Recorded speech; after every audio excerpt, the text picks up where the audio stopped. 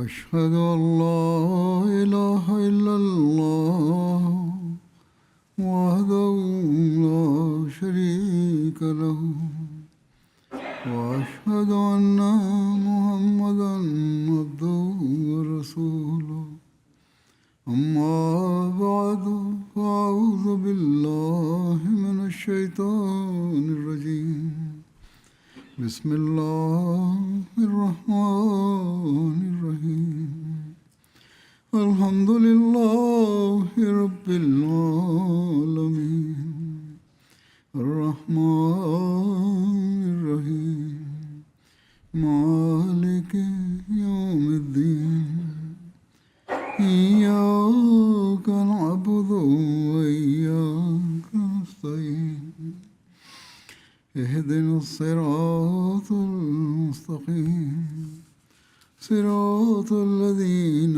أنعمت عليهم غير المغضوب عليهم ولا الضالين. കഴിഞ്ഞ ഖുതുബയിൽ ഹസ്രത്ത് മസീഹ് മൗദ് അലിഹി സ്വലാത്തു വസ്സലാമിൻ്റെ വിനയത്തിൻ്റെയും താഴ്മയുടെയും സംഭവങ്ങൾ വിവരിച്ചു. അതുപോലെ അദ്ദേഹത്തിൻ്റെ ഉപദേശങ്ങളും വിവരിച്ചിരുന്നു. ഇന്നും ഇതേ പശ്ചാത്തലത്തിൽ ചില സംഭവങ്ങളും അദ്ദേഹത്തിൻ്റെ ഉപദേശ നിർദ്ദേശങ്ങളും അവതരിപ്പിക്കുന്നതാണ്. ഹസ്രത്ത് ഷെയ്ഖ് മുഹമ്മദ് ഇസ്മായിൽ സാഹിബ് വിവരിക്കുന്നു, ഹസ്രത്ത് അഖ്ദസ് മസീഹ് മൗദ് അലൈഹി സ്വലാത്തു വസ്സലാമിൻ്റെ ഉത്തമ സ്വഭാവത്തിൻ്റെ അവസ്ഥ എപ്രകാരമായിരുന്നുവെന്നാൽ, കാദ്യാനിലെ ആരൊക്കെയാണോ എല്ലാ സമയത്തും അദ്ദേഹത്തിനെതിരെ ശത്രുത ചെയ്യുന്നതിൽ മുഴുകിയിരുന്നത്, ഒരവസരവും അതിൽ പാഴാക്കാതിരുന്നത്, അവരും അദ്ദേഹത്തിൻ്റെ പടിവാതിൽക്കൽ വന്ന് മുട്ടുമ്പോൾ ഞാൻ കാണാറുണ്ടായിരുന്ന രംഗം ഇപ്രകാരമാണ്. അദ്ദേഹം ശബ്ദം കേട്ടയുടനെ നഗ്നപാതനായി തന്നെ വരുന്നു. കണ്ടയുടനെ അതീവ വാത്സല്യത്തോടും കാരുണ്യത്തോടും കൂടി അവരുടെ സലാമിന് മറുപടി നൽകി സുഖം തന്നെയല്ലെന്ന് ചോദിക്കുകയും അവരുടെ വീട്ടിലെ എല്ലാവരുടെയും വിശേഷങ്ങൾ അന്വേഷിച്ച ശേഷം അവർ വന്ന കാര്യം തിരക്കുന്നു. ആഗതർ തങ്ങളുടെ ആവശ്യം അവ അറിയിക്കുമ്പോൾ എത്ര ആവശ്യമുണ്ടെന്ന് ചോദിക്കുകയും അവരുടെ ആവശ്യത്തെക്കാൾ കൂടുതൽ തന്നെ കൊണ്ടുവരികയും നൽകുകയും ചെയ്യുമായിരുന്നു. പോരാത്തതിന് ഇനിയും ആവശ്യമുണ്ടെങ്കിൽ തരാവുന്നതാണ് എന്നും അറിയിക്കുന്നു. ശത്രുക്കളോടും അദ്ദേഹം അങ്ങേയറ്റം നല്ല പെരുമാറ്റമായിരുന്നു കാഴ്ചവെച്ചിരുന്നത്. അവരോടും എപ്പോഴും വിനയത്തോടെയാണ് പെരുമാറിയത്. ഒരിക്കലും അഹങ്കാരം കാണിച്ചില്ല. ഹസരത് മിർസ ബഷീർ അഹമ്മദ് സാഹിബ് പറയുന്നു, അദ്ദേഹം മുൻഷി ജഫർ അഹമ്മദ് സാഹിബിൽ നിന്നും ഇപ്രകാരം ഒരു നിവേദനം കേട്ടിട്ടുണ്ട്. മൗലവി ഷേർ അലി സാഹിബ് അദ്ദേഹത്തോട് പറഞ്ഞിരുന്നു, ഒരിക്കൽ മീര ബക്ഷ് സ്വദായി എന്ന മാനസികമായി വൈകല്യമുള്ള ഒരു മനുഷ്യനുണ്ടായിരുന്നു. വലിയ മസ്ജിദിൽ നിന്ന് വരുമ്പോൾ ഹസ്രത്ത് മസീഹ് ഇസ്ലാമിനെ പേരെടുത്ത് വിളിച്ചു. വളരെ അപമര്യാദയോടെയാണ് പേര് വിളിച്ചത്. ബുദ്ധിയില്ലായിരുന്നു എന്തായാലും അയാൾക്ക് അങ്ങനെ പേര് വിളിക്കാനേ അറിയുമായിരുന്നുള്ളൂ. അദ്ദേഹം പറഞ്ഞു, ഓയ് ഗുലാം അഹമ്മദ്. അദ്ദേഹം ആ നിമിഷം തന്നെ അവിടെ നിന്നു. എന്നിട്ട് പറഞ്ഞു, ജി. അദ്ദേഹത്തിന് ഒട്ടും വിഷമം തോന്നിയില്ല. പറഞ്ഞു, ജി എന്താണ് കാര്യം? അയാൾ പറഞ്ഞു, സലാം തേ ആക്യാക്കർ. അതായത് പഞ്ചാബിയിൽ അയാൾ പറഞ്ഞു, ആദ്യം സലാം ചെയ്. അയാൾ സ്വയം തന്നെ ഒരു ഓഫീസറായി കരുതിയിരുന്നു, പാവം. അദ്ദേഹം പറഞ്ഞു, അസ്സലാമു അലൈക്കും. അപ്പോൾ അയാൾ പറഞ്ഞു, മാല അദാ കറോ. ജന്മികളുടെ ഇടയിൽ അവിടെ മാല അദാ ചെയ്യുക എന്നത് ഗവൺമെൻറ് ഭാഗത്തു നിന്നുള്ളൊരു ടാക്സ് ആണ്, നികുതിയാണ്. എന്തായാലും അദ്ദേഹം അയാളുടെ വാക്ക് കേട്ട് പോക്കറ്റിൽ നിന്നൊരു തുവാല എടുത്തു. അതിൽ നിന്നും 4 അണിയോ 8 അണിയോ അയാൾക്ക് നൽകി. അയാൾ വളരെ സന്തോഷത്തോടെ തിരിച്ചുപോയി. ഗോട്ടിയ പാടാൻ തുടങ്ങി. ഗോട്ടിയ എന്നത് പ്രശംസാ പദ്യങ്ങളാണ്. മാനസിക വൈകല്യമുള്ള ഒരാളുടെ വാക്കുകളിൽ പോലും അദ്ദേഹം ഒരിക്കലും നീരസം പ്രകടിപ്പിച്ചില്ല എന്നതാണ്.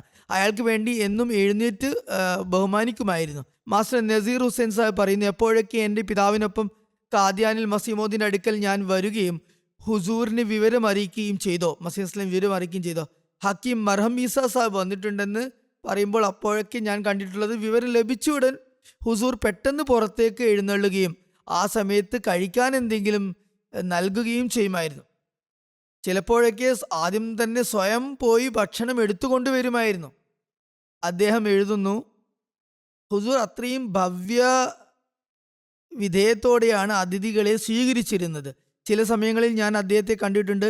അദ്ദേഹത്തിൻ്റെ കയ്യിൽ പേനയുണ്ടാകും, എഴുതുന്ന അവസ്ഥയിലായിരിക്കും. ചിലപ്പോൾ ഹുസൂർ നഗ്നപാതനായിരിക്കും, ചെരുപ്പ് ധരിച്ചിട്ടുണ്ടാകില്ല. വീടിൻ്റെ മുറിയിൽ ഇരിക്കുകയാണെങ്കിൽ അതേപോലെ തന്നെ പുറത്തേക്ക് വരും, വാതിൽ മുട്ട് കേൾക്കുമ്പോൾ തന്നെ.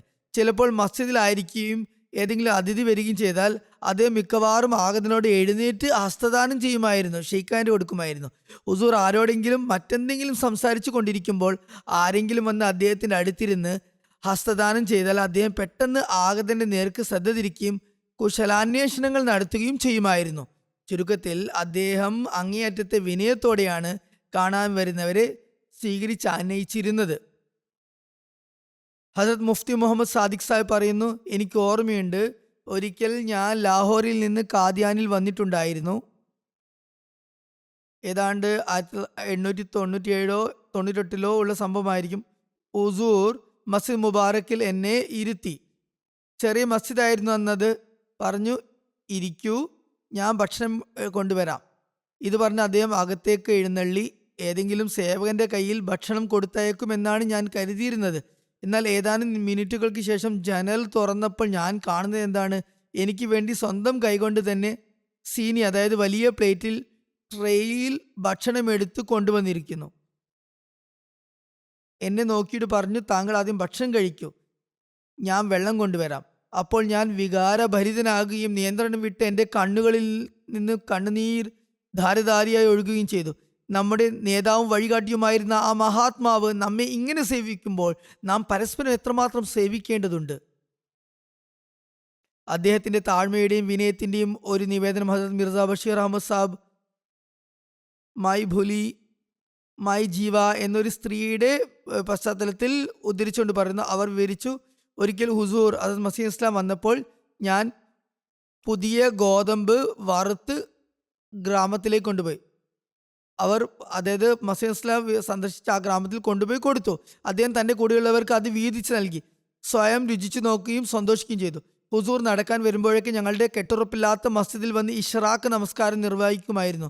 ഞങ്ങൾ സാഗും, അത് ചീരയും റൊട്ടിയും സമർപ്പിച്ചാൽ ഹുസൂർ ഒരു വിഷമവും കാണിക്കാതെ, വെറുപ്പ് കാണിക്കാതെ അത് കഴിക്കുമായിരുന്നു. മറിച്ച് വലിയ സന്തോഷത്തോടെയായിരുന്നു ആതിഥ്യം സ്വീകരിച്ചിരുന്നത്. ഹദരത്ത് മുൻഷി ജഫർ അഹമ്മദ് സാബ് കപൂർ തലവി ഒരു സംഭവം ഇപ്രകാരം വിവരിക്കുന്നു. ഹസ്രത് സാഹിബ്, അതായത് മസീഹ് ഇസ്ലാം, എവിടെയും തുറന്ന വാതിലോടുകൂടി ഒരിക്കലും ഇരിക്കാറില്ലായിരുന്നു. വാതിൽ തുറന്നിട്ടുകൊണ്ട് ഇരിക്കാറില്ലായിരുന്നു. മറിച്ച് എപ്പോഴും വാതിൽ അകത്ത് നിന്ന് പൂട്ടിയിട്ടാണ് ഇരുന്നിരുന്നത്. അദ്ദേഹം പറയുന്നു, ഹസ്രത് സാഹിബ് സാദ മിയ മഹമ്മൂദ് അഹമ്മദ് സാബ് കുറച്ച് സമയത്തിന് ശേഷം ഇടയ്ക്കിടയ്ക്ക് വന്നിട്ട് പറയും, അബ്ബാ വാതിൽ തുറക്ക്. ഹുസൂർ സ്വയം എഴുന്നേറ്റ് തുറന്നു കൊടുക്കും. ഞാൻ ഒരിക്കൽ തിരുസമക്ഷത്തിൽ ഹാജരായി. ഹുസൂർ പായിൽ ഇരിക്കുകയായിരുന്നു. എന്നെ കണ്ട് അദ്ദേഹം കട്ടിൽ എടുത്ത് അകത്തേക്ക് ചുമന്നു കൊണ്ടുപോയി. ഞാൻ പറഞ്ഞു, ഹുസൂർ ഞാൻ എടുത്തുകൊള്ളാം. അദ്ദേഹം പറഞ്ഞു, ഭാരം കൂടുതലാണ്, താങ്കൾക്ക് എടുക്കാൻ കഴിയില്ല, താങ്കൾ കട്ടിലിരിക്കൂ. കട്ടിലെടുത്ത് അവിടെ കൊണ്ടുപോയി ഹുസൂർ അദ്ദേഹത്തെ അകത്തിരുത്തി. സ്വന്തം കാര്യപ്രകാരം പറഞ്ഞു, എനിക്ക് ഇവിടെ താഴെയാണ് ആശ്വാസം, ഞാൻ താഴെ ഇരിക്കാം, താങ്കൾ കട്ടിലിരിക്കും. ഞാൻ ആദ്യം വിസമ്മതിച്ചു. എന്നാൽ അദ്ദേഹം പറഞ്ഞു, താങ്കൾ മടി കൂടാതെ ഇരിക്കൂ. ശേഷം ഞാൻ ഇരുന്ന് എനിക്ക് ദാഹം തോന്നി. ഞാൻ കുടങ്ങളുടെ നേർക്ക് നോക്കിയപ്പോൾ അവിടെ വെള്ളം കുടിക്കാൻ പാത്രമൊന്നും കണ്ടില്ല. ഹുസൂർ എന്നെ നോക്കിക്കൊണ്ട് പറഞ്ഞു, താങ്കൾക്ക് ദാഹിക്കുന്നുണ്ടോ? ഞാൻ വെള്ളം കൊണ്ടുവരാം. എന്നിട്ട് താഴെ അന്തപുരത്തിൽ പോയി ഹുസൂർ ഗ്ലാസ് കൊണ്ടുവന്നു. തുടർന്ന് പറഞ്ഞു, ഒരല്പം നിൽക്കൂ. വീണ്ടും താഴേക്ക് പോയി അവിടെ നിന്ന് 2 കുപ്പി ഷർബത്ത് കൊണ്ടുവന്നു. മണിപ്പൂരിൽ നിന്ന് ആരോ കൊടുത്തയച്ചതായിരുന്നു അവ. അദ്ദേഹം പറയുന്നു, വളരെ രുചികരമായ ഷർബത്തായിരുന്നു. പറഞ്ഞു, ഈ കുപ്പികൾ എടുക്കാതെ വെച്ചിട്ട് ഒരുപാട് ദിവസമായി. മസീദ് പറയാണ്, കാരണം ഞങ്ങളുടെ നിയത്ത് ആദ്യം ഏതെങ്കിലും ഒരു സ്നേഹിതനെ കുടിപ്പിച്ചിട്ട് പിന്നീട് സ്വയം കുടിക്കാം എന്നായിരുന്നു. ഇന്നാണ് ഇതിൻ്റെ ഓർമ്മ വന്നത്. അങ്ങനെ ഹുസൂർ ഗ്ലാസിൽ ഷർബത്ത് പകർന്ന് നൽകി, ഷർബത്ത് ഉണ്ടാക്കി നൽകി. തനിക്ക് ലഭിച്ച ആ സമ്മാനത്തെ കുറിച്ച് ഹുസൂർ പറഞ്ഞു, ആദ്യം ഞാൻ ഏതെങ്കിലും സ്നേഹിതനെ കുടിപ്പിക്കും, എന്നിട്ടേ സ്വയം കുടിക്കുകയുള്ളൂ എന്ന് നിയത്താക്കിയതാണ്. അദ്ദേഹം ഞാൻ പറഞ്ഞു, ആദ്യം ഹുസൂർ ഇതിൽ നിന്ന് ഒരല്പം കുടിച്ചാലും. ഗ്ലാസ്സിൽ ഷർബത്ത് ഉണ്ടാക്കി നൽകിയപ്പോൾ അദ്ദേഹം മസീഹ് ഇസ്ലാമിനോട് തന്നെ പറഞ്ഞു, താങ്കൾ ആദ്യം കുടിക്കുമെന്ന്. ഞാൻ താങ്കളോട് പറഞ്ഞപ്പോൾ അദ്ദേഹത്തോട് പറഞ്ഞപ്പോൾ അദ്ദേഹം ഒരു ഇറക്ക് കുടിച്ച് എനിക്ക് നൽകി. എന്നിട്ട് പറഞ്ഞു, ഞാൻ ഷർബത്തിന് പ്രശംസിച്ചപ്പോൾ ഹുസൂർ പറഞ്ഞു, ഒരു കുപ്പി താങ്കൾ കൊണ്ടുപോവുക, മറ്റൊരെണ്ണം പുറത്തുള്ള സ്നേഹിതമാർക്ക് കുടിക്കാൻ നൽകും. ഹുസൂർ ആ 2 കുപ്പികളിൽ നിന്ന് ഒരു ഇറുക്ക് മാത്രമായിരുന്നു കുടിച്ചത്. ഞാൻ ഹുസൂറിന്റെ കൽപ്പന അനുസരിച്ച് കുപ്പികളുമായി തിരിച്ചു പോന്നു. അതുപോലെ ഹസ്രത് മിർസ ബഷീർ അഹമ്മദ് സാബ് പറയുന്നു, അഹമ്മദ് ജാൻ സാഹിബിന്റെ മകൾ ആയിഷ സാഹിബ വിവരിക്കുന്നു, 1906 എൻ്റെ മാതാവ് മരണപ്പെട്ടപ്പോൾ എന്നെ അമ്മാജി, അതായത് ഹസ്രത് ഖലീഫ അവലിന്റെ പത്നി, തൻ്റെ വീട്ടിലേക്ക് കൊണ്ടുപോയി. പ്രാതലൊക്കെ കഴിപ്പിച്ചു. പിന്നീട് 4-5 ദിവസത്തിന് ശേഷം അത് ഉമ്മുൽ മുമിനീൻ എന്നെ തൻ്റെ സ്ഥലത്തെ വീട്ടിലേക്ക് കൊണ്ടുപോയി. മസീഹ് ഭാര്യ കൊണ്ടുപോയി. ഇപ്പോൾ അമ്മാജാനുള്ള സ്ഥലത്ത് പറയുന്നു, ഈ സ്ഥലം മുകളിൽ അടുക്കളയുള്ള ഭാഗത്താണ്. അമ്മാജാൻ തൻ്റെ വീട്ടിൽ വെച്ച് തല കഴുകിപ്പിച്ച് തരികയായിരുന്നു. ഒരു സ്ത്രീ എൻ്റെ തലയിൽ വെള്ളമൊഴിക്കുന്നുണ്ടായിരുന്നു. അമ്മാജാൻ മാതാവ് മരണപ്പെട്ട ആ പെൺകുട്ടിയുടെ തല കഴുകി കൊടുക്കുകയായിരുന്നു. അവർ പറയുന്നു, ഹദരത്ത് ഉമ്മുൽ മുമിനീൻ എൻ്റെ തലയിൽ സോപ്പ് തേച്ച് പിടിപ്പിക്കുകയും കഴുകുകയും ചെയ്യുകയായിരുന്നു. ആ സ്ത്രീ കൂടുതൽ കൂടുതൽ വെള്ളം ഒഴിച്ച് കളയുമായിരുന്നു. മസീഹ് അലൈഹി ഇസ്ലാം ആ സ്ഥലത്ത് ഉലാത്തുകയായിരുന്നു. അദ്ദേഹം അത് ശ്രദ്ധിച്ചപ്പോൾ ആ സ്ത്രീയുടെ കയ്യിൽ നിന്നും ആ കിണ്ടി വാങ്ങി എൻ്റെ തലയിൽ വെള്ളം ഒഴിച്ചു തരാൻ തുടങ്ങി. വളരെ പതുക്കെ സാവകാശം വെള്ളം ഒഴിച്ചു തരുന്നുണ്ടായിരുന്നു. ഹദരത്ത് അമ്മാജാൻ എൻ്റെ മുടി ചീകിക്കൊണ്ടിരിക്കുകയായിരുന്നു. ഹുസൂർ പറയുമായിരുന്നു, ഇങ്ങനെ ചെയ്താൽ പേനുകളൊക്കെ പോയിക്കോളും. തലയിൽ ഒരുപാട് പേന് പെരുകിയിട്ടുണ്ടാകും. ഒരുപാട് നാളായി മാതാവ് രോഗിയായി കിടപ്പായിരുന്നു. പിന്നീടാണ് മരണപ്പെട്ടത്. ശ്രദ്ധിക്കാൻ ആരും ഉണ്ടായിരുന്നില്ല. ഏതായാലും ആ കാരണം കൊണ്ട് പേനുകൾ ഉണ്ടായതായിരിക്കാം. അല്ലെങ്കിൽ ആ പ്രദേശങ്ങൾ അങ്ങനെ സ്വാഭാവികമായും പേന് ഉള്ളതായിരിക്കാം. ഏതായാലും ഹുസൂർ പറഞ്ഞു, ഇങ്ങനെ തല കഴുകി ഇങ്ങനെ മുടി വാരിക്കൊണ്ടിരുന്നാൽ പേനുകൾ പോയിക്കൊള്ളും. വീട്ടു ജോലികളിൽ സഹായിക്കുന്നതിൽ അദ്ദേഹത്തിന് യാതൊരു മടിയും ഉണ്ടായിരുന്നില്ല. മസീഹ് ഇസ്ലാമിൽ മുഫ്തി മുഹമ്മദ് സാദിഖ് സാഹിബ് പറയുന്നു, ഒരിക്കൽ ഞാൻ വുളു ചെയ്യുന്നതിനായി വെള്ളം അന്വേഷിച്ച് കിണ്ടിയും കയ്യിലേന്തി മസ്ജിദ് മുബാറക്കിൽ നിന്ന് ഹദ്രത്ത് സാഹിബിൻ്റെ മസീഹ് ഇസ്ലാമിൻ്റെ അകത്തെ വീടുകളിലേക്ക് പോകുന്ന ആ വാതിലിനുള്ളിലേക്ക് കടന്നു. അവിടെ ഹദ്രത്ത് സാഹിബിൻ്റെ ഏതെങ്കിലും ഭൃത്യന് കിണ്ടി നൽകി ഉള്ളിൽ നിന്ന് വെള്ളം വരുത്തിക്കാമെന്ന് കരുതി. യാദൃശ്ചികമായി ഉള്ളിൽ നിന്ന് ഹദ്രത്ത് മസീഹ് ഇസ്ലാം എഴുന്നള്ളി വന്നു. ഞാൻ നിൽക്കുന്നത് കണ്ടപ്പോൾ ചോദിച്ചു, തങ്ങൾക്ക് വെള്ളം വേണോ? ഞാൻ പറഞ്ഞു, അതേ ഹുസൂർ. ഹുസൂർ എൻ്റെ കയ്യിൽ നിന്ന് കിണ്ടി വാങ്ങിക്കൊണ്ട് പറഞ്ഞു, ഞാൻ കൊണ്ടുവന്ന് തരാം. എൻ്റെ സ്വയം ഉള്ളിൽ നിന്ന് വെള്ളം ഒഴിച്ച് കൊണ്ടുവന്ന് എനിക്ക് നൽകി. ഹദരത്ത് മിർസ ബഷീർ അഹമ്മദ് സാബ് പറയുന്നു,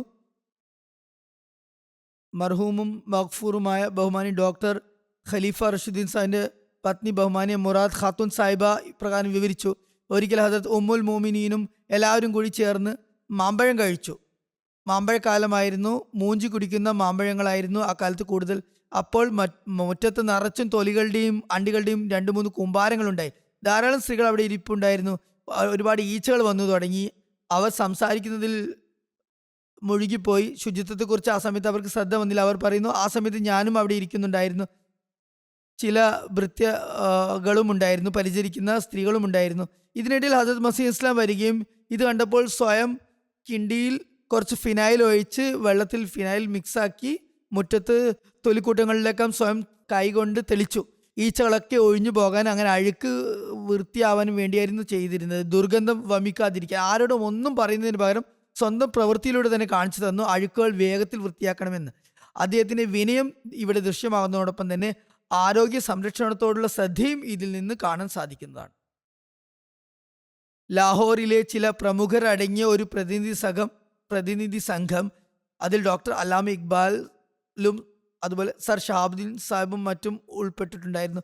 ഹദരത്ത് അഖ്ദസിനെ സന്ദർശിക്കുന്നതിനായി മസീഹ് ഇസ്ലാമിനെ കാണുന്നതിനെ വന്നു. ആ കൂടിക്കാഴ്ചയുടെ അവസ്ഥ വിവരിച്ചുകൊണ്ട് ബാബു ഗുലാം മുഹമ്മദ് സാഹിബ് പറയുന്നു, റളിയല്ലാഹു അൻഹു പറയുന്നു, രാത്രി ഭക്ഷണം കഴിച്ചതിന് ശേഷം കട്ടിലുകൾ വിതരണം ചെയ്തപ്പോൾ ഞാൻ ശക്തവും വലുതുമായ ഒരു വലിയ കട്ടിൽ തന്നെ എടുത്തു. എന്നാൽ ചൗധരി ഷഹാബുദ്ദീൻ സാഹിബ്, പിന്നീട് സർ ഷഹാബുദ്ദീൻ എന്ന് വിളിക്കപ്പെട്ട വ്യക്തിയാണ് അദ്ദേഹം, എൻ്റെ കിടക്ക അവിടെ നിന്ന് എടുത്ത് മാറ്റി എൻ്റെ കട്ടിൽ കൈക്കലാക്കി. ഹദരത്ത് സാഹിബ് വന്ന് ആർക്കെങ്കിലും എന്തെങ്കിലും ബുദ്ധിമുട്ടുണ്ടോ, എന്തെങ്കിലും ആവശ്യമുണ്ടോ എന്ന് ഓരോരുത്തരോടുമായി ചോദിച്ചറിഞ്ഞു. ഓരോരുത്തരും പറഞ്ഞു, ഹുസൂർ എനിക്ക് യാതൊരു ബുദ്ധിമുട്ടുമില്ല. എന്നാൽ എൻ്റെ അടുത്ത് എത്തിയപ്പോൾ ഞാൻ പ്രയാസപ്പെട്ട് നിൽക്കുകയായിരുന്നു. കാരണം എൻ്റെ കട്ടിൽ ചൗധരി ഷഹാബുദ്ദീൻ സാഹിബ് കൈക്കലാക്കിയിരുന്നു. ഞാൻ പറഞ്ഞു, ഹുസൂർ, ഷഹാബുദ്ദീൻ സാഹിബ് എൻ്റെ കട്ടിൽ കൈക്കലാക്കി പിടിച്ചെടുത്തു. ഞാൻ എവിടെ കിടന്നുറങ്ങുമെന്ന് ആലോചിച്ച് വിഷമിച്ചിരിക്കാൻ. പറഞ്ഞു, നിൽക്കൂ, ഞാൻ താങ്കൾക്ക് വേണ്ടി കട്ടിൽ കൊണ്ടുവരാം. അദ്ദേഹം പറയുന്നു. അങ്ങനെ ഹദരത്ത് സാഹിബ് അവിടെ നിന്നും പോയി. ഒട്ടേറെ സമയം കഴിഞ്ഞിട്ട് കട്ടിൽ വരുന്നത് കാണുന്നില്ല. ഞാൻ ഹുസൂറിൻ്റെ വീടിൻ്റെ മുറ്റത്തെ വാതിലൂടെ ഉള്ളിലേക്ക് നോക്കിയപ്പോൾ എന്താണ് കാണുന്നത്? ഒരാൾ വേഗം വേഗം കട്ടിൽ നെയ്യുകയാണ്. ഹുസൂർ അദ്ദേഹത്തിന് അടുത്തിരുന്ന് വിളക്ക് കയ്യിലേന്തി ലൈറ്റ് കാണിച്ച് അദ്ദേഹത്തിന് വെളിച്ചം നൽകിയാണ്. ഹുസൂറിൻ്റെ ഈ അവസ്ഥ കണ്ട് എനിക്ക് വല്ലാത്ത ലജ്ജ തോന്നി. ഞാൻ മുന്നോട്ട് വന്നു. വാതിൽ തുറന്നു തന്നെ കിടക്കുകയായിരുന്നു. ഞാൻ അഭ്യർത്ഥിച്ചു, ഹുസൂർ, വിളക്ക് എൻ്റെ കയ്യിൽ തന്നേക്കൂ, ഈ ലൈറ്റ് എനിക്ക് തന്നേക്കൂ. എന്നാൽ ഹുസൂർ പറഞ്ഞു, ഇനി ഇപ്പോൾ ഒരു വരി മാത്രമേ ബാക്കിയുള്ളൂ. ഹുസൂറിൻ്റെ ഈ സ്വഭാവം കണ്ട് എന്നിൽ എത്രമാത്രം സ്വാധീനമുണ്ടായെന്നാൽ കണ്ണിൽ നിന്നും കണ്ണുനീർ ഒലിച്ചിറങ്ങി. ആ സമയത്ത് ഞാൻ ഹുസൂറിൻ്റെ പാവന മുഖത്തേക്ക് നോക്കി പറയുകയായിരുന്നു, ഈ മുഖം ഒരിക്കലും ഒരു വ്യാജൻ്റെതാകാൻ തരമില്ല. മസീഹ് ഇസ്ലാമിന്റെ സേവകൻ മർഹൂം മിർസ ഇസ്മായിൽ ബേഗിന്റെ സാക്ഷ്യം ഇപ്രകാരമാണ്. ഹദരത്ത് മസീഹ് അലി ഇസ്ലാം തന്റെ വന്ധ്യപിതാവിന്റെ കൽപ്പന പ്രകാരം ദൈവനിയുക്തനാകുന്നതിന് മുമ്പ്, മസീവാദത്തിന് മുമ്പ് കേസുകൾ നടത്തിപ്പിനായി പോകുമ്പോൾ സവാരിക്കായി ഒരു കുതിരയും കൂടെ ഉണ്ടാകുമായിരുന്നു. ഞാനും സാധാരണയായി കൂടെ പോകുമായിരുന്നു. എന്നാൽ അദ്ദേഹം നടക്കാൻ തുടങ്ങുമ്പോൾ കാൽനടയായി തന്നെ നടക്കുകയും എന്നെ കുതിരപ്പുറത്ത് കയറ്റിയിരുത്തുകയും ചെയ്യുമായിരുന്നു. സേവകനായിരുന്ന വ്യക്തിയെ കുതിരപ്പുറത്ത് ഇരുത്തുകയും അദ്ദേഹം സ്വയം കാൽനടയായി നടക്കുകയും ചെയ്യുമായിരുന്നു. അദ്ദേഹം പറയുന്നു, ഞാൻ പലവട്ടം വിസമ്മതിക്കുകയും അപേക്ഷിക്കുകയും ചെയ്യുമായിരുന്നു. ഹുസൂർ, എനിക്ക് ലജ്ജ തോന്നുന്നു. അദ്ദേഹം പറയുന്നു, നമുക്ക് നടന്നു പോകാൻ ലജ്ജ തോന്നുന്ന സ്ഥിതിക്ക് താങ്കൾക്ക് സവാരി ചെയ്യാൻ എന്തുകൊണ്ട് ലജ്ജ തോന്നണം? അത് സാഹിബ് കാദ്യാനിൽ നിന്ന് പുറപ്പെടുമ്പോൾ എപ്പോഴും ആദ്യം എന്നെയാണ് കയറ്റിയിരുന്നത്. പകുതിയോ അതിൽ കുറവോ കൂടുതലോ ദൂരം മാത്രം പിന്നിടുമ്പോൾ ഞാൻ താഴെ ഇറങ്ങിയും അദ്ദേഹം കയറുകയും ചെയ്യുമായിരുന്നു.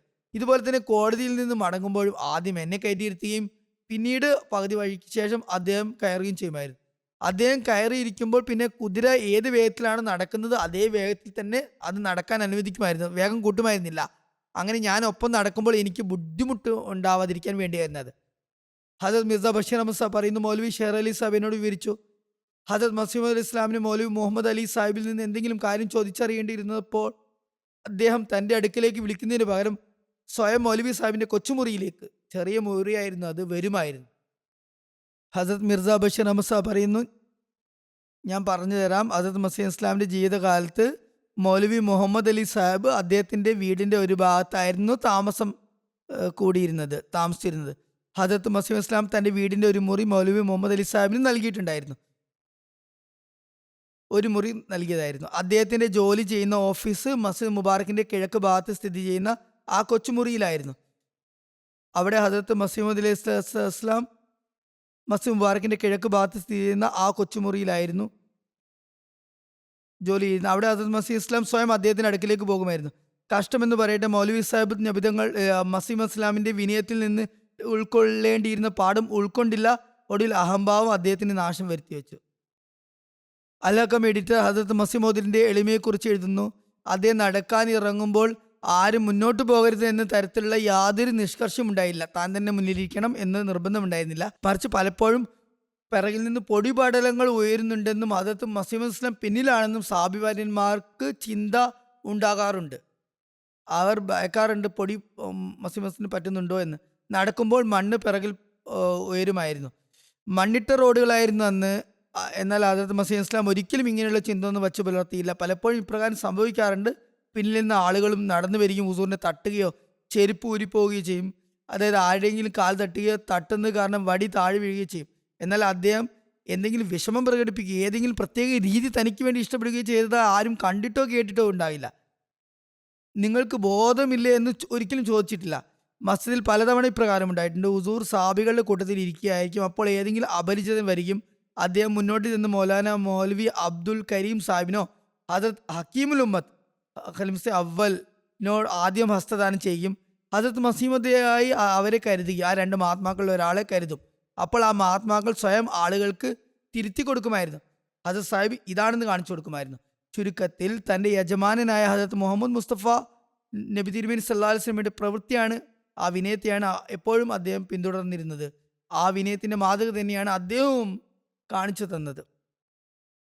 ഡോക്ടർ ബിഷാരത്ത് അഹമ്മദ് സാഹിബിന് ഒരു നിവേദനമുണ്ട്. മലയർക്കോട്ടയിലെ നവാബ് മുഹമ്മദ് അലി ഖാൻ സാഹിബിന്റെ ഭാര്യ വഫാത്തായി. ഹദരത്ത് അഖ്ദസ് മയ്യത്തിന്റെ കൂടെ ഖബർസ്ഥാനിലേക്ക് പോയി. മയ്യത്ത് നമസ്കാരം സ്വയം നമസ്കരിപ്പിച്ചു. ഖബർ അപ്പോൾ പൂർണ്ണമായും തയ്യാറായിട്ടുണ്ടായിരുന്നില്ല. ഞാനും മയ്യത്തിന്റെ കൂടെ ഉണ്ടായിരുന്നു. ആളുകൾ ഖബർ കുഴിക്കുന്നത് കാണാൻ നോക്കിയിരുന്നു. അദ്ദേഹം പറഞ്ഞു, ഞാനും ആ ഭാഗത്തേക്ക് ശ്രദ്ധ തിരിച്ചു. അല്പം കഴിഞ്ഞപ്പോൾ ഞാൻ നോക്കുമ്പോൾ ഹദരത്ത് സാഹിബ് അവിടെ ഇല്ല. അവിടെ ഒന്നും കാണുന്നില്ല. പരിഭ്രമിച്ച് ഞാൻ അങ്ങും ഇങ്ങും നോക്കിയപ്പോൾ തോട്ടത്തിൽ ഒരിടത്ത് തനിച്ച് മണ്ണിൽ ഇരിക്കുന്നതായി എൻ്റെ കണ്ണിൽപ്പെട്ടു. ഞാൻ വേഗം ഒരു മരത്തിന്റെ ചുവട്ടിൽ വെളുത്ത വിരിപ്പ് വിരിക്കും ഹദരത്ത് സാഹിബിനോട് ചെന്ന് പറഞ്ഞു, ഇവിടെ വെയിലാണ്, അവിടെ മരത്തിന്റെ തണലിലേക്ക് എഴുന്നള്ളിയാലോ. അദ്ദേഹം പറഞ്ഞു, അതെ ശരിയാണ്, ഇത് നല്ല തന്നെ. അദ്ദേഹം മരണത്തണലിൽ ആ വിരിപ്പിൽ തന്നെ ഇരുന്നു. തൊട്ടടുത്ത് തന്നെ ഞാനും ഇരുന്നു. അദ്ദേഹം പറയുന്നു, അല്പം കഴിഞ്ഞപ്പോൾ ഹദരത്ത് സാഹിബ് മരത്തിന്റെ ചുവട്ടിലിരിക്കുന്നത് കണ്ട് ആളുകൾ അങ്ങോട്ട് വരാൻ തുടങ്ങി. അപ്പോൾ ആര് വന്നാലും അഖ്ദസ് അദ്ദേഹത്തോട് വരുന്ന വ്യക്തിയോട് പറയും, വരി ഇവിടെ ഇരിക്കൂ. എന്നിട്ട് സ്വയം പിറകോട്ട് നീങ്ങിയിരിക്കും. വരുന്നയാളെ വിരിപ്പിൽ ഇരുത്തുകയും ചെയ്യും. ആളുകൾ വന്നുകൊണ്ടേയിരുന്നു. ഹദരത്ത് സാഹിബ് പിറകോട്ട് നീങ്ങി ആളുകൾ വിരിപ്പിൽ ഇരുത്തിക്കൊണ്ടിരുന്നു. അങ്ങനെ അധിക സമയം കഴിയാതെ തന്നെ ഞാൻ നോക്കുമ്പോൾ അത് സാഹിബ് മണ്ണിലിരിക്കുകയാണ്.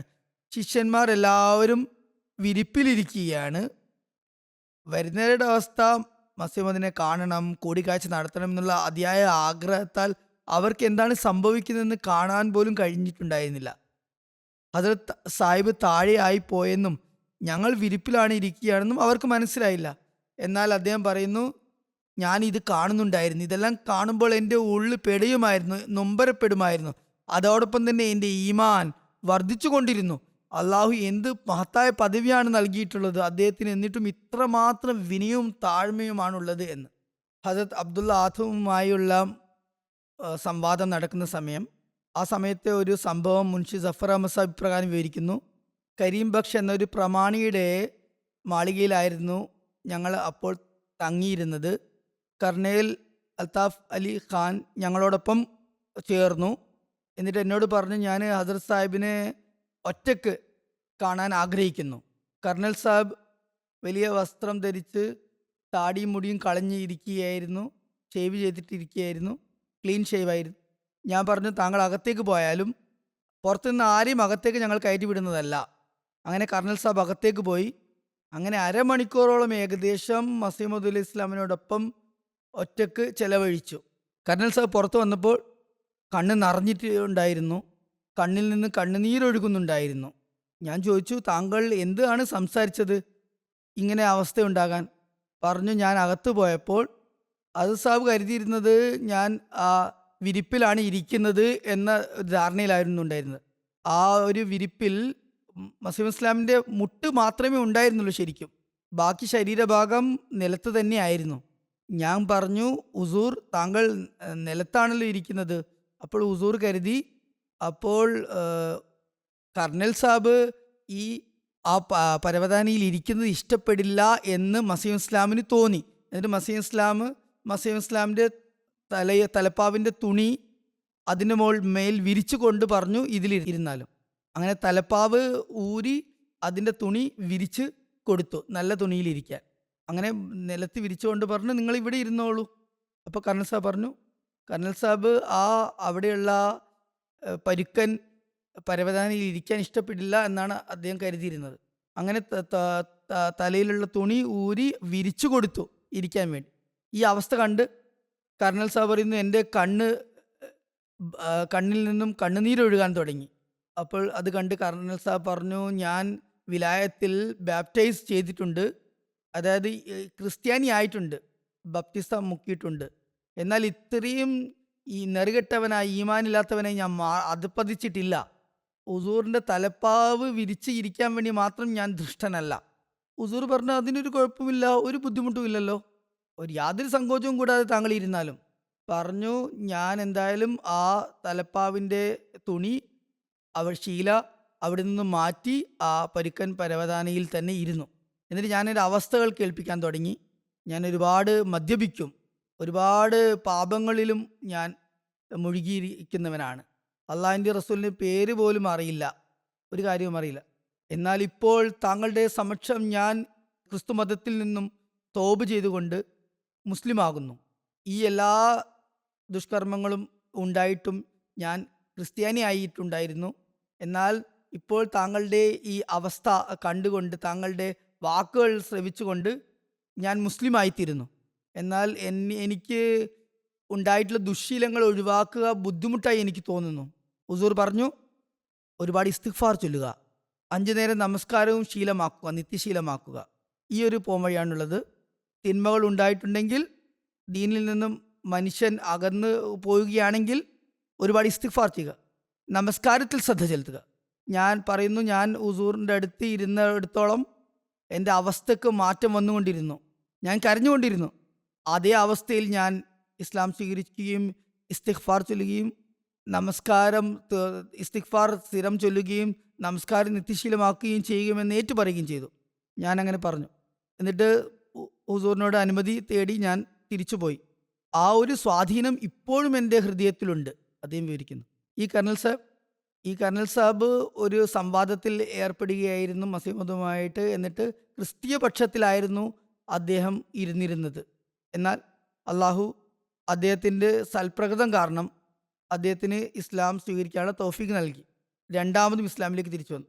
മൗലവി അബ്ദുൽ കരീം സാബ് സിയാൽക്കോട്ടി വിവരിക്കുന്നു, 1896 അല്ലെങ്കിൽ ആ സമയത്തുള്ള സംഭവമാണ്. കാരണം 1900 ഈ ഒരു വിജ്ഞാപനം അദ്ദേഹം ഇറക്കിയത്. 4 വർഷം മുമ്പുള്ള കാര്യമാണ് അദ്ദേഹം പറയുന്നത്. അദ്ദേഹത്തിൻ്റെ വീട്ടുകാർ ലുധിയാനയിൽ പോയതായിരുന്നു. ജൂൺ മാസമായിരുന്നു. വീട് പുതുതായി പണിതതായിരുന്നു. ഉച്ച സമയം ഞാൻ അവിടെ കിടക്ക വിരിച്ചിട്ടുണ്ടായിരുന്നു, കട്ടിൽ വിരിച്ചിട്ടുണ്ടായിരുന്നു. അതിൽ ഞാൻ കിടന്നു, ചാർപ്പായിൽ കിടന്നു. ഹദരത്ത് സാബ് അവിടെ ഉലാത്തുകയായിരുന്നു. ഞാൻ എഴുന്നേറ്റ് നോക്കുമ്പോൾ മസീഹ് ഇസ്ലാം നിലത്ത് എൻ്റെ കട്ടിലിൻ്റെ താഴെ കിടക്കുകയായിരുന്നു. ഞാൻ ഉപചാരപൂർവ്വം പെട്ടെന്ന് ഭയന്ന് എഴുന്നേറ്റിരുന്നു. അദ്ദേഹം വളരെ സ്നേഹത്തോട് ചോദിച്ചു, എന്തിനാണ് എഴുന്നേറ്റത്?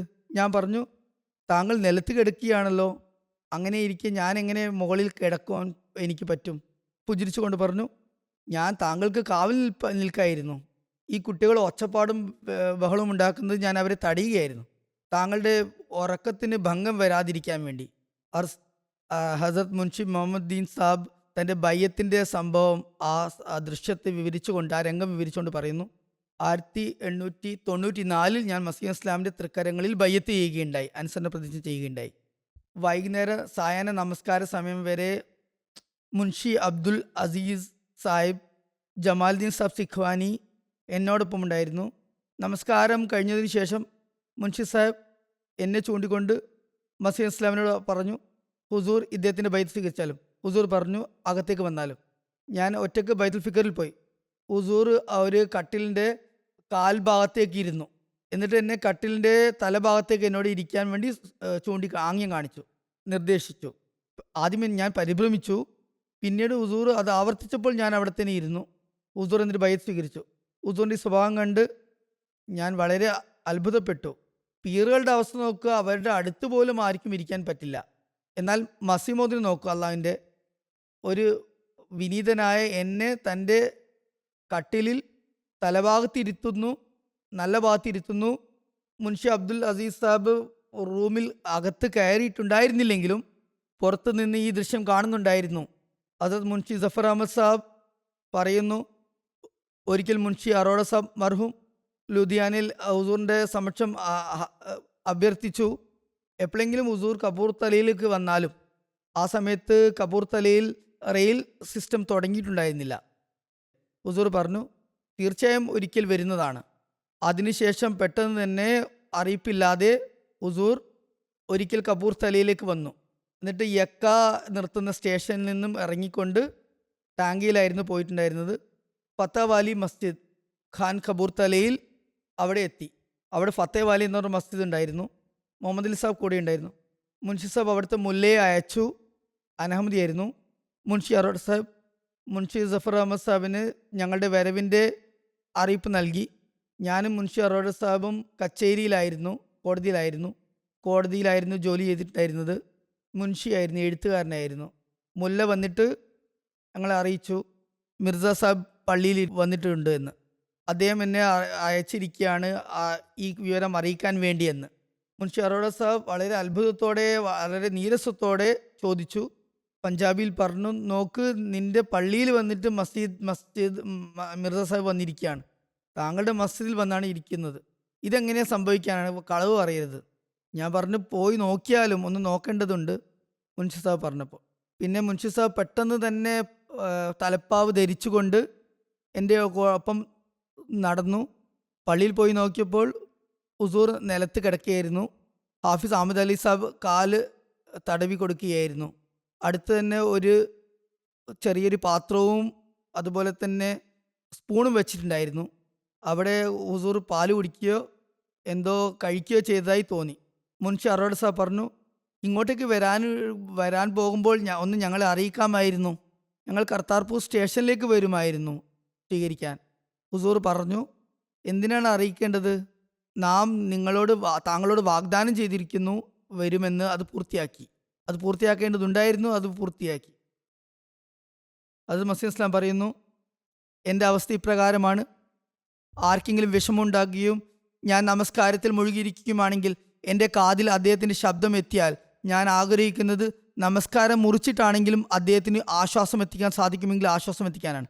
എവിടത്തോളം സാധ്യമാണോ അദ്ദേഹത്തോടൊപ്പം സാതാപം കാണിക്കാനാണ്. ഏതെങ്കിലും സഹോദരന്റെ മുസീബത്തിലും പ്രയാസത്തിലും അദ്ദേഹത്തോടൊപ്പം നിൽക്കാതിരിക്കുന്നത് സ്വഭാവ മര്യാദകൾക്ക് വിരുദ്ധമാണ്. നിങ്ങൾക്ക് അദ്ദേഹത്തിന് വേണ്ടി ഒന്നും ചെയ്യാൻ സാധിക്കുന്നില്ലെങ്കിൽ കുറഞ്ഞപക്ഷം ദുആയെങ്കിലും ചെയ്യുക. സ്വന്തക്കാരുടെ കാര്യം പോകട്ടെ, ഞാൻ പറയുന്ന അന്യരോടും ഹിന്ദുക്കളോടും പോലും ഉത്തമ സ്വഭാവത്തിന് മാതൃക കാണിക്കുകയും അവരുടെ സഹതാപം കാണിക്കുകയും ചെയ്യണമെന്നാണ്. ഉദാസീനമായ പ്രകൃതം ഒരിക്കലും ഉണ്ടാകാൻ പാടില്ല.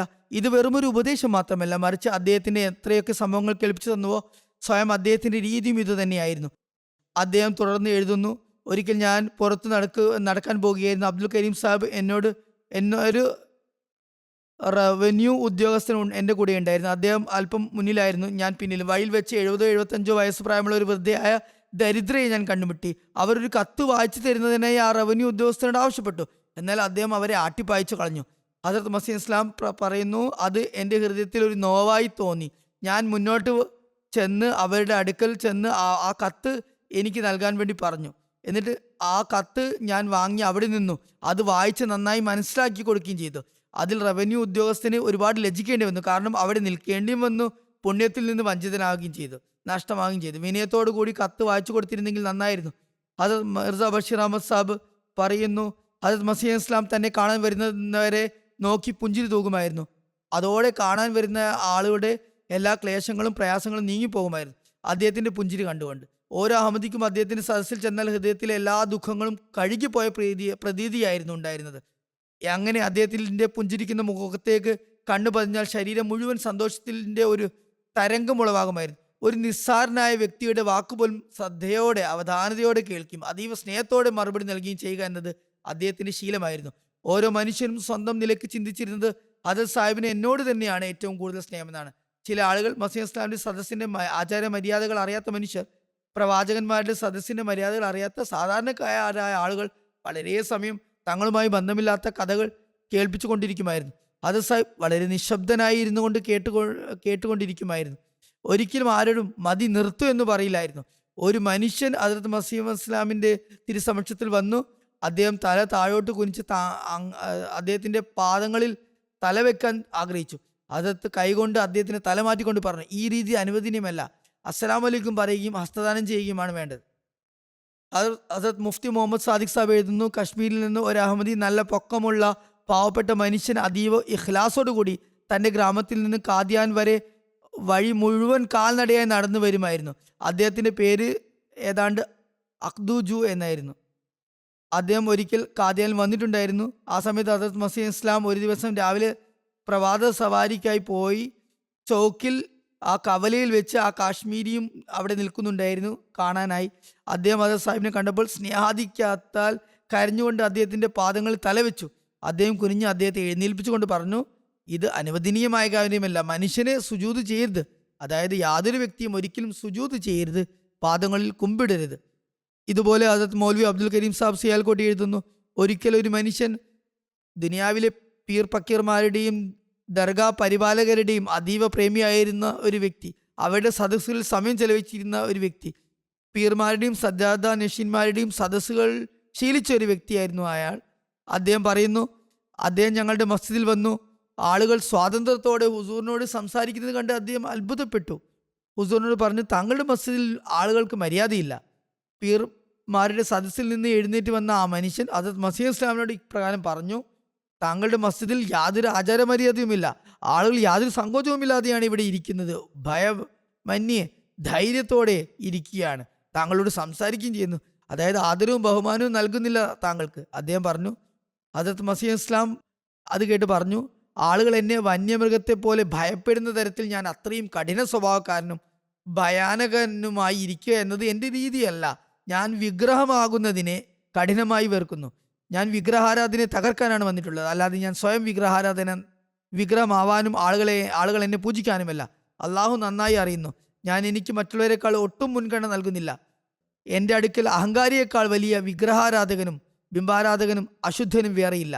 അഹങ്കാരി യാതൊരു ദൈവത്തെയും ആരാധിക്കുന്നില്ല, മറിച്ച് അവൻ സ്വയത്തെ തന്നെയാണ് ആരാധിക്കുന്നത്.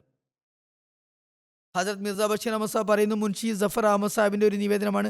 അദ്ദേഹം പറയുന്നു, ഒരിക്കൽ ഹദരത്ത് മസീഹ് അലൈഹി ഇസ്ലാം ഡൽഹിയിൽ നിന്ന് മടങ്ങുമ്പോൾ അമൃത്സറിൽ ഇറങ്ങി.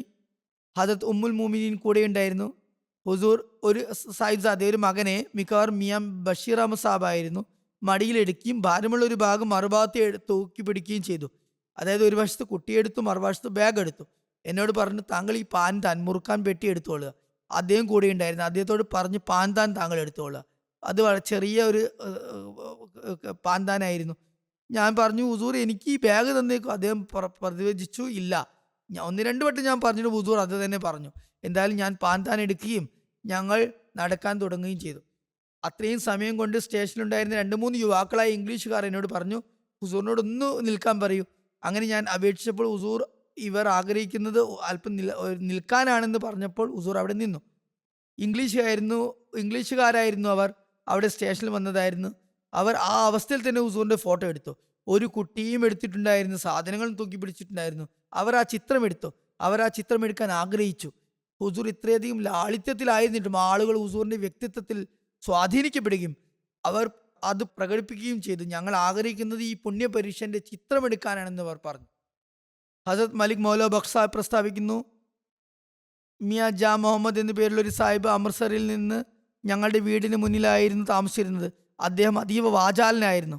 ഹദരത്ത് അഖ്ദസിന്റെ സുർമ ചഷ്മ ആരി എന്ന പുസ്തകം പ്രായോഗികമായി മനഃപ്പാടമാക്കിയ ആളായിരുന്നു അദ്ദേഹം. നിരക്ഷനായിരുന്നിട്ടും ആര്യന്മാരോട് നന്നായി സംവാദം നടത്തുമായിരുന്നു. അദ്ദേഹത്തിന് മിറാക്ക് എന്ന രോഗം ബാധിച്ചിരുന്നു. ഡിപ്രഷനും അതുപോലെ ഭ്രാന്തുമുള്ള ഒരവസ്ഥ ഉണ്ടാകുമായിരുന്നു. ആര് കണ്ടുമുട്ടിയാലും തൻ്റെ രോഗവിവരങ്ങൾ വലിയ രീതിയിൽ നീട്ടിപ്പരുത്തി ഒട്ടേറെ സമയം നിർത്തി കേൾപ്പിക്കുമായിരുന്നു. ആളുകൾ അദ്ദേഹത്തിൻ്റെ വാക്കുകൾ കേട്ട് മടുത്തു തുടങ്ങുകയും സംസാരിക്കുന്നത് കേൾക്കുന്നതിൽ നിന്ന് ഒഴിഞ്ഞു മാറാൻ തുടങ്ങുകയും ചെയ്യുമായിരുന്നു. ആരോ അദ്ദേഹത്തോട് പറഞ്ഞു, താങ്കൾ ഖാദിയാനിൽ പോയി ഹദരത്ത് മൗലവി ഹക്കീം നൂറുദ്ദീൻ സാഹിബിൽ നിന്ന് ചികിത്സ തേടുക. അദ്ദേഹം പറഞ്ഞു, അദ്ദേഹമൊക്കെ വലിയ മനുഷ്യനല്ലേ, എൻ്റെ കഥയൊക്കെ കേട്ടിരിക്കുമോ?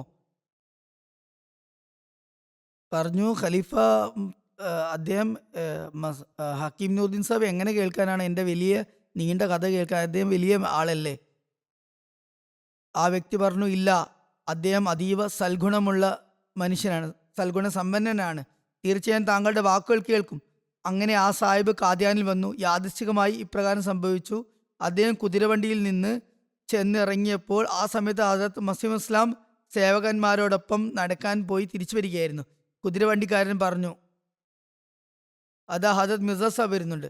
പിന്നെ ഒന്നും നോക്കിയില്ല, ആ സാഹിബ് കുതിരവണ്ടിയിൽ നിന്നിറങ്ങി ടാങ്കയിൽ നിന്നിറങ്ങി നേരെ ചെന്ന് കൈ കൊടുക്കുകയും തൻ്റെ രോഗവിവരങ്ങൾ തൻ്റെ മിറാക്കിൻ്റെ അവസ്ഥയിൽ വിവരിക്കാൻ തുടങ്ങുകയും ചെയ്തു. പരിഭ്രമത്തോടെ എങ്ങനെയൊക്കെയാണ് വ്യക്തം അതുപോലെ പറഞ്ഞു നീണ്ട കഥകൾ വിവരിക്കാൻ തുടങ്ങി. കഥ എത്രത്തോളം നീണ്ടുപോയെന്നാൽ എല്ലാ ആളുകളും മടുത്തിട്ട് അവിടെ നിന്ന് പോയി. എന്നാൽ അത് മസീഹ് ഇസ്ലാം വളരെ ശാന്തനായി അവിടെ നിന്ന് അദ്ദേഹത്തിൻ്റെ കൈയും ചേർത്ത് എല്ലാം കേട്ടുകൊണ്ടിരുന്നു. ഒടുവിൽ മിയാ ജാൻ മുഹമ്മദ് സാഹിബ്, രോഗിയായിരുന്ന വ്യക്തി, സ്വയം തന്നെ പറഞ്ഞു, ഇപ്പോൾ എൻ്റെ വായ വരണ്ടുപോയി, ഇനി എനിക്ക് സംസാരിക്കാനേ കഴിയുന്നില്ല. ഞാൻ ഇത്രയും സമയം സംസാരിച്ചു കൊണ്ടിരുന്നു, താങ്കൾ കേട്ടുകൊണ്ടിരുന്നു. അതിൽ ഹുസൂർ പ്രസ്താവിച്ചു, വളരെ നല്ലത്, താങ്കൾ അതിഥി മന്ദിരത്തിലേക്ക് പോവുക, എന്തെങ്കിലും കഴിക്കുകയും കുടിക്കുകയും ചെയ്യുക. പിന്നീട് മൗലവി സാഹിബിനോട്, അതായത് ഹദരത്ത് ഹക്കീം മൗലവി നൂറുദ്ദീൻ സാഹിബിനോട് വിവരങ്ങൾ ബോധിപ്പിച്ച് അദ്ദേഹത്തിൽ നിന്ന് മരുന്ന് വാങ്ങിക്കുക. അങ്ങനെ ഈ സാഹിബ് പുതുജീവൻ കൈവരിച്ച് മൗലവി സാഹിബിൻ്റെ തിരുസമക്ഷത്തിൽ ഹാജരാകുകയും ഫ്രഷായി പോവുകയും ഹദരത്ത് ഹക്കീം നൂറുദ്ദീൻ സാഹിബിൻ്റെ തിരുസമക്ഷത്തിൽ ആ നീണ്ട കഥ വീണ്ടും ആരംഭിക്കുകയും ചെയ്തു. അതായത് മൗലവി സാഹിബ് പെട്ടെന്ന് കുറിപ്പടി എഴുതി നൽകി. ഒരല്പം വിവരിച്ചപ്പോൾ തന്നെ അദ്ദേഹത്തിൻ്റെ കാര്യം പിടികിട്ടി. അദ്ദേഹം ഹക്കീം ആയതുകൊണ്ട് രോഗം എന്താണെന്ന് മനസ്സിലായി. കുറിപ്പടി എഴുതി നൽകിയിട്ട് പറഞ്ഞു, താങ്കളുടെ രോഗം എനിക്ക് മനസ്സിലായി, കഥ കേൾക്കേണ്ടതില്ല. അദ്ദേഹം കുറിപ്പടി വാങ്ങിയെങ്കിലും ഇപ്പോൾ പറഞ്ഞു, മൗലവി നൂറുദ്ദീൻ സാഹിബ് വലിയ സൽഗുണ സമ്പന്നനാണെന്നല്ല ആളുകൾ പറഞ്ഞത്. എന്നാൽ ഹദരത്ത് മിർസ സാഹിബിന്റെ സ്വഭാവത്തോട് അദ്ദേഹത്തിന് എന്ത് ബന്ധം? ഇതിന്റെ സ്വാധീനം അദ്ദേഹത്തിൽ എത്രമാത്രം ഉണ്ടായിരുന്നെന്നാൽ അദ്ദേഹം ബയ്യത്ത് ചെയ്തു. മുമ്പ് ബയ്യത്ത് ചെയ്തിട്ടുണ്ടായിരുന്നില്ല, എന്നാൽ അദ്ദേഹം ബയ്യത്ത് ചെയ്തു. ഈ സംഭവം അദ്ദേഹത്തിന്റെ സാന്നിധ്യത്തിൽ മർഹൂം ഡോക്ടർ ഇബാദുള്ള സാഹിബ് എന്നെ കേൾപ്പിച്ചതാണെന്ന് അദ്ദേഹം പറയുന്നു. അദ്ദേഹം ഇത് സാക്ഷ്യപ്പെടുത്തുകയും ചെയ്തിട്ടുണ്ട്. അതുപോലെ ഹസരത്ത് മിർസ ബഷീർ അഹമ്മദ് സാഹിബ് എഴുതുന്നു, മാസ്റ്റർ അല്ലാ ദത്ത സാഹിബ് ഒരു എഴുത്തിലൂടെ ഇപ്രകാരം വിവരിച്ചിട്ടുണ്ട്. ഒരിക്കൽ ലാഹോറിൽ അഹമ്മദിയ ബിൽഡിംഗ്സിൽ ഹുസൂർ മസീഹ് അലി ഇസ്ലാം എഴുന്നള്ളിയിരിക്കുമ്പോൾ ഷർക്പൂർ ഭീനിയിൽ നിന്ന് മുസ്തഖീം എന്നു പേരുള്ള വയോധികനും അശക്തനുമായ ഒരു മനുഷ്യൻ ഹുസൂറിന്റെ തിരുസമക്ഷത്തിൽ ദർശനത്തിനായി വന്നു. സ്നേഹിതന്മാരുടെ കൂട്ടത്തിനിടയിൽ അദ്ദേഹത്തിന് ഹുസൂറിന്റെ അടുക്കിലേക്ക് എത്താൻ കഴിഞ്ഞില്ല. അദ്ദേഹം ഉച്ചത്തിൽ പറഞ്ഞു, ഹുസൂർ, ഞാൻ ദർശനത്തിനായി വന്നതാണ്. ഹുസൂർ പറഞ്ഞു, ബാബാജിയെ മുന്നോട്ട് വരാൻ വിടൂ. പ്രായമുള്ള മനുഷ്യനായിരുന്നാൽ അദ്ദേഹത്തിന് നന്നായി എഴുന്നേൽക്കാൻ കഴിയുമായിരുന്നില്ല. അതിൽ ഹുസൂർ പറഞ്ഞു, ബാബാജിയെ ബുദ്ധിമുട്ടിക്കരുത്. പിന്നീട് ഹുസൂർ സ്വയം എഴുന്നേറ്റ് അദ്ദേഹത്തിന്റെ അടുക്കൽ ചെന്നിരുന്നു. ഇതുപോലെ ഹദരത്ത് മിർസ ബഷീർ അഹമ്മദ് സാഹിബ് ഹദരത്ത് ഡോക്ടർ മീർ മുഹമ്മദ് ഇസ്മായിൽ സാഹിബിന്റെ നിവേദനം പ്രകാരം വിവരിക്കുന്നു, ഹദരത്ത് മസീഹ് മൗഊദ് അലൈഹി സ്വലാത്തു വസ്സലാം ഏതാനും ഭൃത്യന്മാരോടൊപ്പം ബാബ നാനക് സാഹിബിന്റെ ചോല തിരുവസ്ത്രം കാണുന്നതിനായി ഡേര ബാബ നാനക്കിലേക്ക് എഴുന്നള്ളിയപ്പോൾ അവിടെ ഒരു പേരാൽ മരത്തിന്റെ ചുവട്ടിൽ ചില തുണികൾ വിരിച്ച് ജമാത്തിൽ ആളുകൾ ഹുസൂറിനോടൊപ്പം ഇരുന്നു. മൗലവി ആസൻ സാഹിബ് മുഹമ്മദ് ആസൻ സാഹിബും കൂടി ഉണ്ടായിരുന്നു. ഗ്രാമത്തിലെ ആളുകൾ ഹുസൂർ വന്ന വിവരം പറഞ്ഞ് അവിടെ ഒത്തുകൂടാൻ തുടങ്ങി. അപ്പോൾ അവരിൽ ആദ്യം വന്ന ഏതാനും ആളുകൾ മൗലവി മുഹമ്മദ് ഹസൻ സാഹിബിനെ മസിമോദയി കരുതി അദ്ദേഹത്തോട് ഷെയ്ഖ് ഹാൻഡ് ചെയ്ത് ഹസ്തദാനം ചെയ്ത് പോയി. 3-4 ആളുകൾ ഹസ്തദാനം ചെയ്തതിന് ശേഷം അവർക്ക് അബദ്ധം പറ്റിയതാണെന്ന് മനസ്സിലായി. അതിനുശേഷം മൗലവി മുഹമ്മദ് ഹസൻ സാഹിബ് തന്നോട് ഹസ്തദാനം ചെയ്യുന്ന അങ്ങനെയുള്ള ഓരോ വ്യക്തിയെയും ഹദരത്ത് മസീഹ് ഇസ്ലാം ഇതാണെന്ന് വ്യക്തമാക്കിക്കൊണ്ട് ഹുസൂറിന്റെ നേർക്ക് ശ്രദ്ധ തിരിക്കുമായിരുന്നു. ഹദരത്ത് ഷെയ്ഖ് അബ്ദുൽ ഖാദിർ സാഹിബ് എഴുതുന്നു, അദ്ദേഹത്തിന്റെ വലിയ മകൻ മൂത്ത മകൻ ഹദരത്ത് മിർസ സുൽത്താൻ അഹമ്മദ് സാഹിബ് മർഹൂം പ്രസ്താവിക്കുമായിരുന്നു. അത് മസീഹ് ഇസ്ലാമിന്റെ മൂത്തം പറയുമായിരുന്നു, പിതാവ് തന്റെ ജീവിതം ഒരു മുഗളനെ പോലെയായിരുന്നില്ല നയിച്ചത്. അദ്ദേഹം പ്രഭു കുടുംബ അംഗമായിരുന്നു, മുഗളനായിരുന്നു. എങ്കിലും ഒരു ദർവേഷിനെ പോലെയാണ്, സാധു സന്യാസിയെ പോലെയാണ് ജീവിതം നയിച്ചത്. കാദിയാനിലെ കനഹയ്യാലാൽ എന്ന പണമിടപാടുകാരന്റെ നിവേദന പ്രകാരമാണ് ഒരിക്കൽ ഹദരത്ത് മിർസ സാഹിബിന് സ്വയം ബട്ടാലിയിലേക്ക് പോകേണ്ടതുണ്ടായിരുന്നു. അദ്ദേഹം എന്നോട് ഒരു ടാങ്ക് ഏർപ്പാടാക്കാൻ പറഞ്ഞു. ഹദരത്ത് പുഴയുടെ അടുത്ത് എത്തിയപ്പോൾ വീട്ടിൽ എന്തോ ഒരു സാധനം മറന്നു വെച്ച കാര്യം ഓർമ്മ വന്നു. ടാങ്കക്കാരനെ അവിടെ നിർത്തി അദ്ദേഹം കാൽനടയായി തിരിച്ചു പോന്നു. പാലത്തിൽ വെച്ച് ടാങ്കക്കാരന് മറ്റ് യാത്രക്കാരനെ ലഭിക്കുകയും അവർ ബട്ടാലിയിലേക്ക് അവിടെ നിന്ന് തിരിക്കുകയും ചെയ്തു. മിർസ സാഹിബ് തിരിച്ചു വന്നപ്പോൾ മിക്കവാറും കാൽനടയായി തന്നെ ആയിരിക്കണം ബട്ടാലിയിലേക്ക് പോയത്. അതിനാൽ ഞാൻ ടാങ്കക്കാരനെ വിളിച്ചു വരുത്തി അടിച്ചുകൊണ്ട് പറഞ്ഞു, ദുഷ്ട, ഇത് മിർസ നിസാമുദ്ദീൻ ആയിരുന്നെങ്കിൽ നിനക്ക് 3 ദിവസം അവിടെ ഇരിക്കേണ്ടി വന്നാൽ നീ ഇരിക്കുമായിരുന്നു. എന്നാൽ ഇദ്ദേഹം വളരെ നല്ല സാധുപ്രകൃതമുള്ള മനുഷ്യനായതുകൊണ്ട് നീ അദ്ദേഹത്തെ ഉപേക്ഷിച്ചു പോയി. അദ്ദേഹം പറയുന്നു, എന്തായാലും മിർസ സാഹിബിന് ഹദരത്ത് മസീഹ് ഇസ്ലാമിന് ഇതിനെക്കുറിച്ച് വിവരം ലഭിച്ചപ്പോൾ അദ്ദേഹം എന്നെ വിളിച്ചു വരുത്തി പറഞ്ഞു, അവൻ എനിക്ക് വേണ്ടി എങ്ങനെ കാത്തിരിക്കും? അവന് കൂലി ലഭിച്ചവൻ പോയി. താങ്കൾ എന്തിനാണ് അവരോട് അതിക്രമം കാണിച്ചത്? ഹദരത്ത് മസീഹ് ഇസ്ലാം ഉപദേശിച്ചുകൊണ്ട് പ്രസ്താവിക്കുന്നു, ഓരോ വ്യക്തിയും തഹജ്ജുദിനായി എഴുന്നേൽക്കാൻ ശ്രമിക്കേണ്ടതുണ്ട്. 5 നേര നമസ്കാരങ്ങളിൽ കുനൂത്തും ഉൾപ്പെടുത്തേണ്ടതുണ്ട്. അള്ളാഹുവിനെ കോപിക്കുന്ന എല്ലാതരം കാര്യങ്ങളിൽ നിന്നും തൗബ ചെയ്യുക, പശ്ചാത്തപിച്ച് മടങ്ങുക. തൗബ കൊണ്ട് അർത്ഥമാക്കുന്നത് എല്ലാ തിന്മകളെയും അള്ളാഹുവിൻ്റെ അപ്രീതിക്കുള്ള കാരണങ്ങളെയും അനിഷ്ട കാരണങ്ങളെയും ഉപേക്ഷിച്ച് ഒരു സത്യാവസ്ഥയുള്ള മാറ്റം വരുത്തുകയും മുന്നോട്ട് ചുവടുവെക്കുകയും തഖ്വ സ്വീകരിക്കുകയുമാണ്. സ്വഭാവശുദ്ധി വരുത്തുക, അതിലും അള്ളാഹുവിൻ്റെ കാരണമുണ്ടാകും. മാനുഷിക ശീലങ്ങളെ സൽസ്വഭാവമുള്ളതാക്കി മാറ്റുക. കോപം പാടില്ല. വിനയവും താഴ്മയും അതിന് പകരമായി ഉണ്ടാകണം. സ്വഭാവത്തിൻ്റെ നന്മയോടൊപ്പം കഴിവിനനുസരിച്ച് സദക്ക നൽകുന്നതിന് ശീലമാകുക. ഇപ്രകാരം വിവിധ കാര്യങ്ങൾ ജമാഅത്തിനോട് അദ്ദേഹം ഉപദേശിച്ചു. പിന്നീട് അദ്ദേഹം പ്രസ്താവിക്കുന്നു, തഖ്വയുള്ളവർക്ക്, ഭയഭക്തി അവലംബിക്കുന്നവർക്കുള്ള ഒരു നിബന്ധന അവർ തങ്ങളുടെ ജീവിതം ദാരിദ്ര്യത്തിലും വിനയത്തിലും നയിക്കണമെന്നാണ്. ഇത് തഖ്വയുടെ ഒരു ശാഖയാണ്. ദാരിദ്ര്യത്തിലും വിനയത്തിലും ജീവിതം നയിക്കുക എന്നത് തഖ്വയുടെ ശാഖയാണ്. അതിലൂടെയാണ് നാം അനാവശ്യമായ കോപത്തോട് പോരാടേണ്ടത്. വലിയ ആരിഫീങ്ങൾക്കും ദൈവജ്ഞാനികൾക്കും സിദ്ദീഖീങ്ങൾക്കും ദൈവമിത്രങ്ങൾക്കും ഏറ്റവും ഒടുവിലെത്തിയും കഠിനമേറിയതുമായ ഘട്ടം കോപത്തിൽ നിന്ന് രക്ഷപ്പെടുക എന്നത് തന്നെയാണ്. അഹങ്കാരവും ആത്മവിശ്വാസക്കുറവും കോപത്തിൽ നിന്നാണ് ഉണ്ടാകുന്നത്. അതുപോലെ തന്നെ കോപം സ്വയം അഹങ്കാരത്തിൻ്റെയും ആത്മവിശ്വാസക്കുറവിൻ്റെയും ഫലമാണ്. കാരണം മനുഷ്യൻ തൻ്റെ മനസ്സിന് മറ്റുള്ളവരെക്കാൾ മുൻഗണന നൽകുന്ന സമയത്താണ് കോപമുണ്ടാകുന്നത്. എൻ്റെ ജമാഅത്തിലുള്ളവർ പരസ്പരം ഒരാളെ ചെറുതോ വലുതോ ആയി കാണുകയോ പരസ്പരം അഹങ്കാരം കാണിക്കുകയോ അവഹേളനത്തോടെ നോക്കുകയോ ചെയ്യുന്നത് ഞാൻ ആഗ്രഹിക്കുന്നില്ല. ആരാണ് വലിയവൻ, ആരാണ് ചെറിയവൻ എന്ന് അള്ളാഹുവിനാണ് അറിയുന്നത്. ഇതൊരു തരം നിന്ദയാണ്. ആരുടെ ഉള്ളിലാണ് നിന്ദ ഉള്ളത്, ഈ നിന്ദ ഒരു വിത്ത് പോലെ വളർന്ന് അവൻ്റെ നാശത്തിന് കാരണമായി തീരുമെന്ന് ഭയപ്പെടേണ്ടതുണ്ട്. ചില മനുഷ്യർ വലിയവരെ കാണുമ്പോൾ വലിയ ആദരവോട് പെരുമാറുന്നു. എന്നാൽ വലിയവൻ എന്നത് ഒരു ദരിദ്രന്റെ വാക്ക് വിനയത്തോടെ കേൾക്കുന്ന വ്യക്തിയാണ്. അവൻ്റെ മനം കുളിർപ്പിക്കുന്നവനാണ്.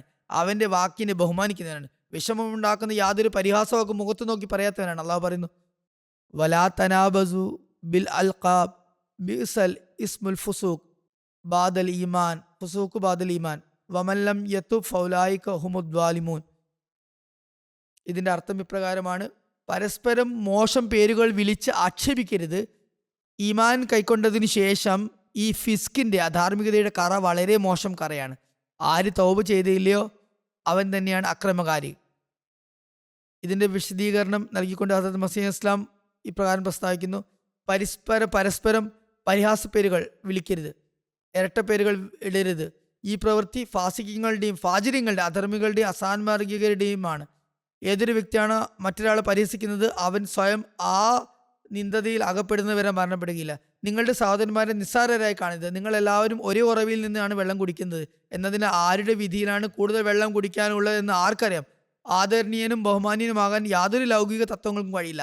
ആരാണ് മുത്തഖി അവനാണ് അള്ളാഹുവിൻ്റെ അടുക്കൽ വലിയവൻ. ഇന്ന അക്രമക്കും ഇന്ദല്ലാഹി അത്ഖാക്കും ഇന്നല്ലാഹു അലീമുൻ ഖബീർ. അള്ളാഹുവിൻ്റെ അടുക്കൽ നിങ്ങളിൽ ഏറ്റവും ആദരണീയൻ നിങ്ങളിൽ ഏറ്റവും കൂടുതൽ ഭയഭക്തിയുള്ളവൻ തന്നെയാണ്. അള്ളാഹു തീർച്ചയായും എല്ലാം അറിയുന്നതിനും സൂക്ഷ്മമായി അറിയുന്നതിനുമാണ്. അള്ളാഹു നമുക്ക് യഥാർത്ഥ രീതിയിൽ വിനയവും താഴ്മയും സ്വായത്തമാക്കാൻ തൗഫീക്ക് നൽകി അനുഗ്രഹിക്കുമാറാട്ടെ. ഹദരത്ത് മസീഹ് മൗഊദ് അലൈഹി ഇസ്ലാമിൻ്റെ ബയ്യത്തിൽ വന്ന് യഥാർത്ഥ ഇസ്ലാമിൻ്റെ അധ്യാപനങ്ങൾ അനുസരിച്ച് പ്രവർത്തിക്കുന്നതിനും അതിൻ്റെ അവകാശങ്ങൾ കടമകൾ പൂർത്തീകരിക്കുന്നതിനുമാക്കി തീർക്കുമാറാട്ടെ.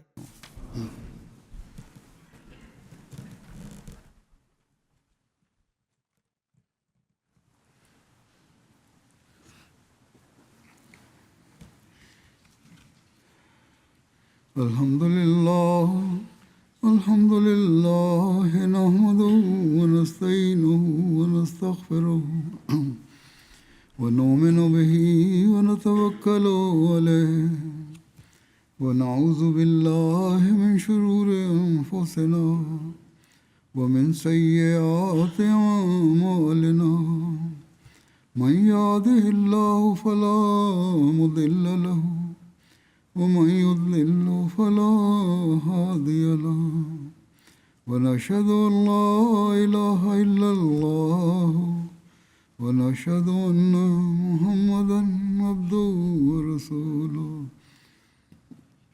عباد الله رحمكم الله إن الله يأمر بالعدل والإحسان وإيتاء ذي القربى وينهى عن الفحشاء والمنكر والبغي يعظكم لعلكم تذكرون. اذكروا الله يذكركم وادعوه يستجب لكم ولذكر الله أكبر.